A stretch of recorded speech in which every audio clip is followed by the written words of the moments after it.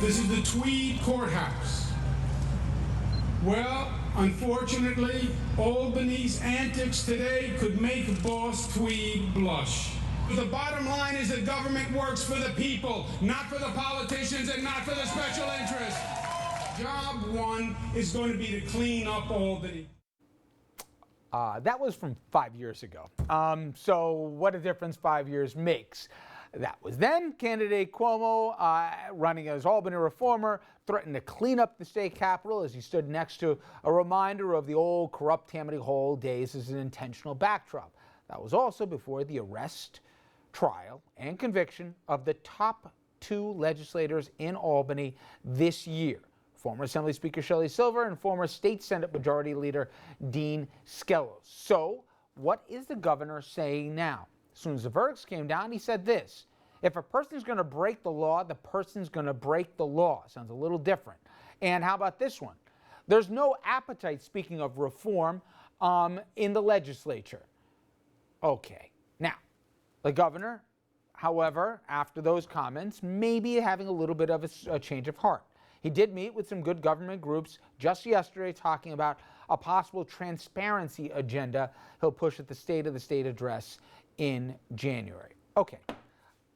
I mean, this is not a newsflash to people who watch the show, but you don't trot out that speech, especially from a guy who knows Albany, and that's job one, and then turn around after the two or the three men in the room get convicted and say, people are going to break the law, they're going to break the law. Nobody wants to change Albany.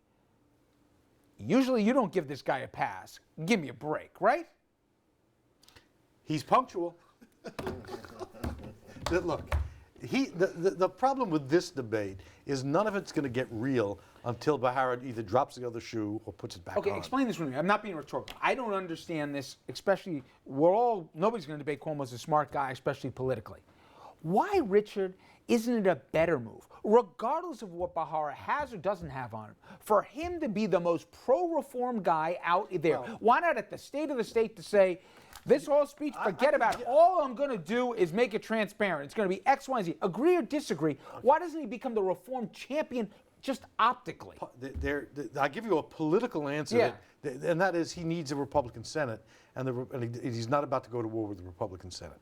That's a political answer. I don't like the answer. I don't think that's the right thing to do. But I still don't get it, and I'm not trying to be obtuse. He doesn't want a Democratic Senate. And if he becomes the champion of reform against the incumbents, he increases the chance of a Democratic Senate. That's a practical political answer. But none of it would matter. If he gets himself into trouble on Buffalo Billion or Moreland or whatever, none of this matters. If he emerges unscathed from that, none of this matters. And what you're going to see But in the interim, he's seen as somebody who is a phony about the words, and he wants it both ways. Look, let's get something clear about this general issue. Voters don't vote for reformers. The great truth is they vote for people who will fix the schools, fix the economy, keep their taxes low. Andrew Cuomo has understood that better than most. Mm-hmm. And he had a terrible re-election 2014 because he focused on right-wing economics, and the Democratic Party said no way, and then he didn't get any upstate Republican votes that he was trying to buy through these giveaways. Back with that safe act. I agree with 99% of what you just said. It is the Senate. He wants the Senate Republic. He wants the Republicans to be in the Senate, control the Senate. He could tell by the way he did not campaign for Democrats who were up against Republicans. And now he may have to actually campaign for Democrats. He can't hide. 2016 is the election for the whole entire body in Albany. So he's going to have to decide whether he's going to campaign hard for Democrats. And if he has a Democratic-controlled Senate and Assembly, it's going to be hard for him to push his agenda. You get the impression that he values political leverage more than he values reform in Albany. But don't you think, Andrew, for the first time since we've been doing this, that I think, unfortunately, he's right. Dom's been saying that people don't care. But Unfortunately. No, but I don't think the Times or anybody else or guys like us are going to let this thing go. It's just too obvious. Two of the three guys are going to be cuffed and stuffed. You got to have to talk about it and do something different. Status quo can't prevail. Well, but again, I think he wants look at Moreland, which was the perfect example. Moreland was more valuable to Cuomo for the political leverage it provided him in getting his budget passed. Nobody cared. Now all of a sudden people know. You ask the regular guys, Skelos and Silva, they know. You think that the polls are much different now than they were a year and a half ago? Not so. This issue, which is both real and phony, about pervasive corruption, it's real and it's phony. You're going to get him started. Well, him. He never mind about it. Does not become a voter issue. People want to know about their schools, their streets, their environment. You think nobody cares now? About corruption? I mean, listen, every night, right? We ain't the only guys going there watching these guys getting arrested. Editorial board of the New York Times. Okay? People don't do that unless if zero people care. I know it's more right than wrong, but I think they're underestimating. There's a throw the bums out mentality now. Certainly, no doubt about it. I'm going to tame my language because of my colleague here. I won't refer to the legislature the way that I refer to them normally as crooks. I'll leave that alone and poverty pimps. I'll leave that alone for tonight. Well done, Andy. Thank you. Bottom line, though, Richard, is this: calm down. I'm calm. You want to see calm? I'll show you calm. The governor has a problem. I want you to think about this for a second, right? If he had succeeded shutting down Moreland and nothing happens, think about this for a second. Silver and Skelos would still be two of the most powerful figures in the state. The governor is afraid that he's next. He now knows that you can't fool around with Preet Bharara. This guy is not joking around. The governor right now, you may be a little right, maybe, possibly, allegedly. Okay, I won't encourage it. The governor is afraid. This bold, beat-your-chest governor who normally stampedes everything that's in his way, like de Blasio, is afraid. You can't do that with Preet. Preet may be about to take this guy down. Okay, and we shall see here. One question. I had a debate with Richard before about whether or not pensions. We talked about the ideas if you're convicted of a crime, should you continue to receive your pension as a lawmaker after that? And we've had a debate, and I respect your opinion. I don't agree, but I respect it.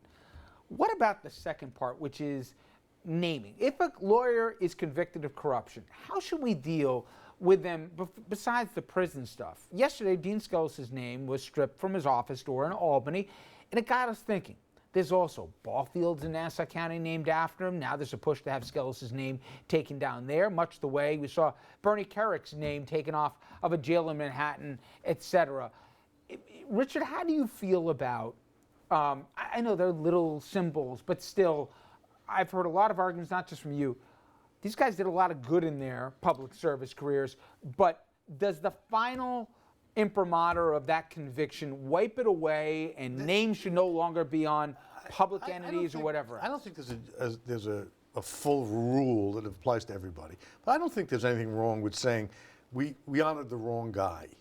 And you know, it's a little difficult. There was a big ball field in Rensselaer named after Joe Bruno. He was convicted. There was a move to strip the thing away.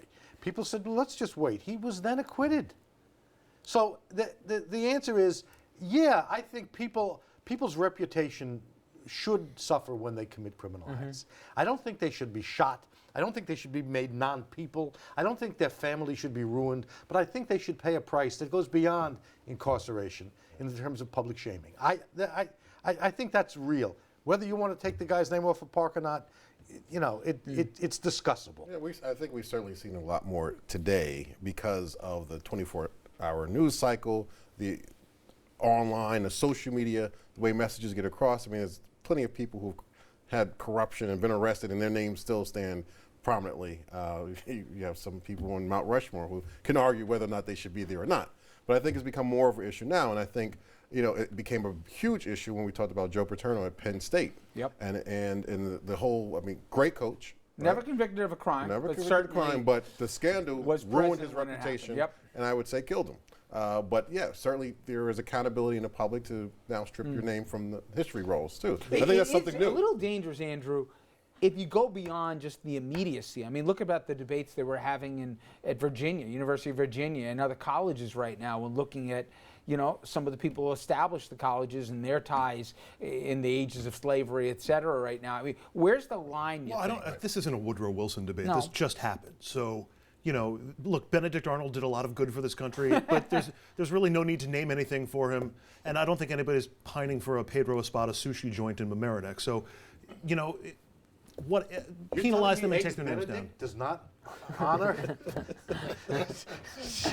But it is true. I mean, look, you have Andrew Jackson on a $20 bill. Some will say that he wasn't very kind to some Native Americans, and you know. But I think it's a phenomenon It's a little that's easier if today. it happens Dean right away. Scalise is no Andrew I think the Jackson. name's coming down off the field. So, that's one man's opinion. All right, up next. Nobody's laughing about the candidacy of Donald Trump now, much as we might want to. Could he actually win the Republican nomination and trump the party? And before you say, well, you know, we're pretty close to the end of the calendar year, and this guy's lapping the field. And also, could he turn to a softer, gentler Trump to try and make that happen? Signs are he might be open to it. Stay with us.